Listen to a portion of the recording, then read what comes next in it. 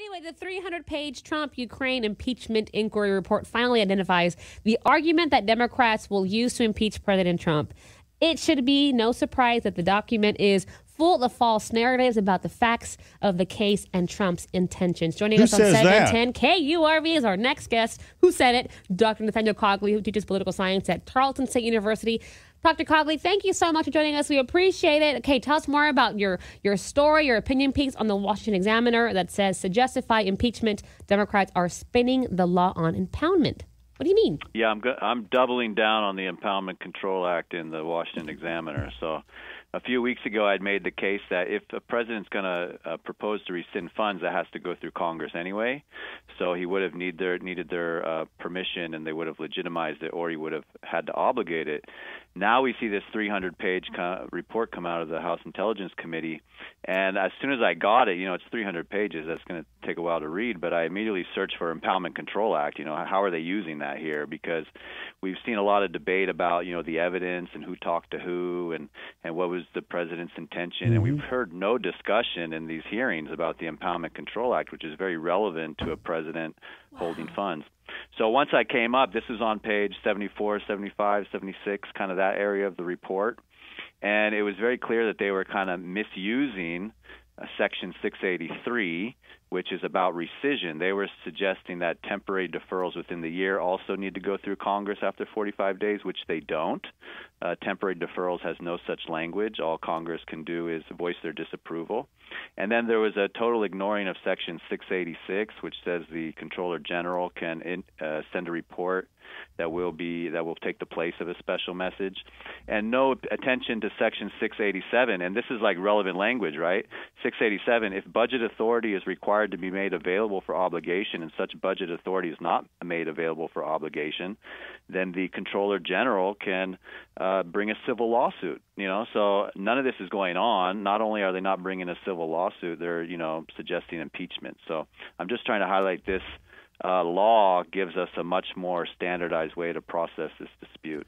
And this is relevant because the belief or the charge is that the president wanted President of Ukraine to announce an investigation into Biden and Biden father and son and their activities in Ukraine.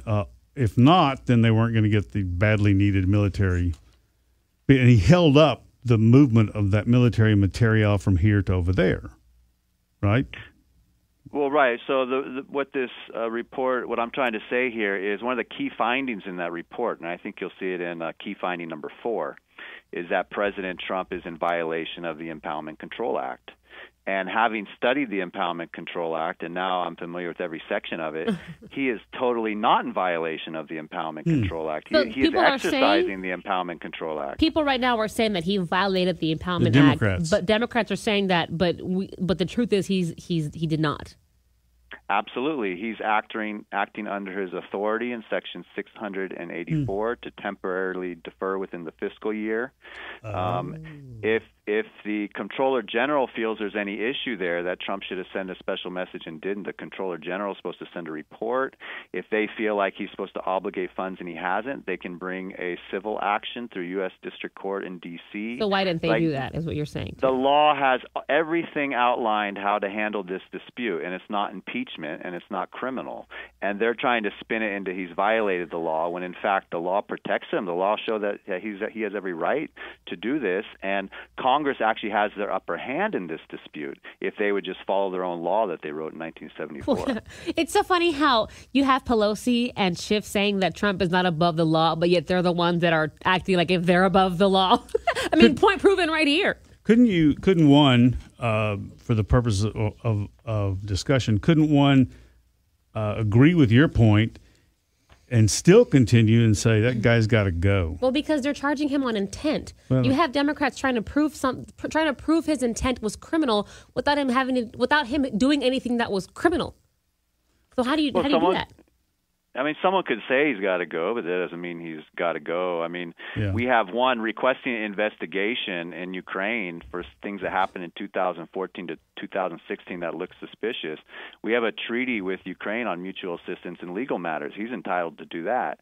Temporarily defer funding within a fiscal year, he's allowed to do that. He's allowed to do both things, and then they don't have evidence to even link the two. And even if they were to link the two, he's allowed to do both. So, you know, they don't like Trump for other reasons. They want him to go for other reasons, and by golly, we're going to have an election. But there's just this impeachment, as you know, is divisive, and it's so. It's not why haven't the Republicans hold on, real quickly. On this? Well, yes, and to add to what Davis is saying, so when you hear all of these headlines, or read these headlines, and you hear all the political talk heads on these mainstream media news outlets saying that the evidence is overwhelming. The evidence is overwhelming that President Trump says that, Roxanne. You just don't listen to Davey, it. actually I do. But the evidence is overwhelming with President Trump overstepping his powers when they really don't have any actual evidence, do they?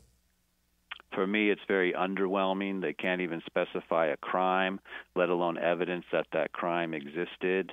I think this is very unfortunate that we're going through this in a very partisan manner. There's other ways that Congress can win this dispute because the law is on their side eventually if they enforce the Impoundment Control Act. Otherwise, we have an election. You know, they're free to nominate someone and try to win in 2020. The Breitbart, which will be snickered at, I suppose, has a story up about a new polling that shows this is kryptonite. This impeachment stuff is kryptonite for the Democrats, and I keep reading that. If it's bad for the Democrats to be doing this, then why should the Republicans not just step aside and let them hang themselves? Or do you believe that it really is going to be bad for the Republicans? Well, I think we talked last time how it's actually good politics for people from very Democratic districts where the districts really want to impeach. And it just so happens that Nancy Pelosi is from one of those districts. She's not from a swing district. She's from San Francisco, and she's finally yielded to the politics of her district.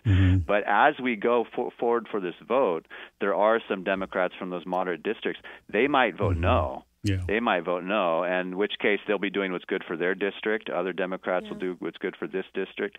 But you're right. Once it goes to the Senate, it's not good for the presidential election because Trump's finally going to be able to make his case.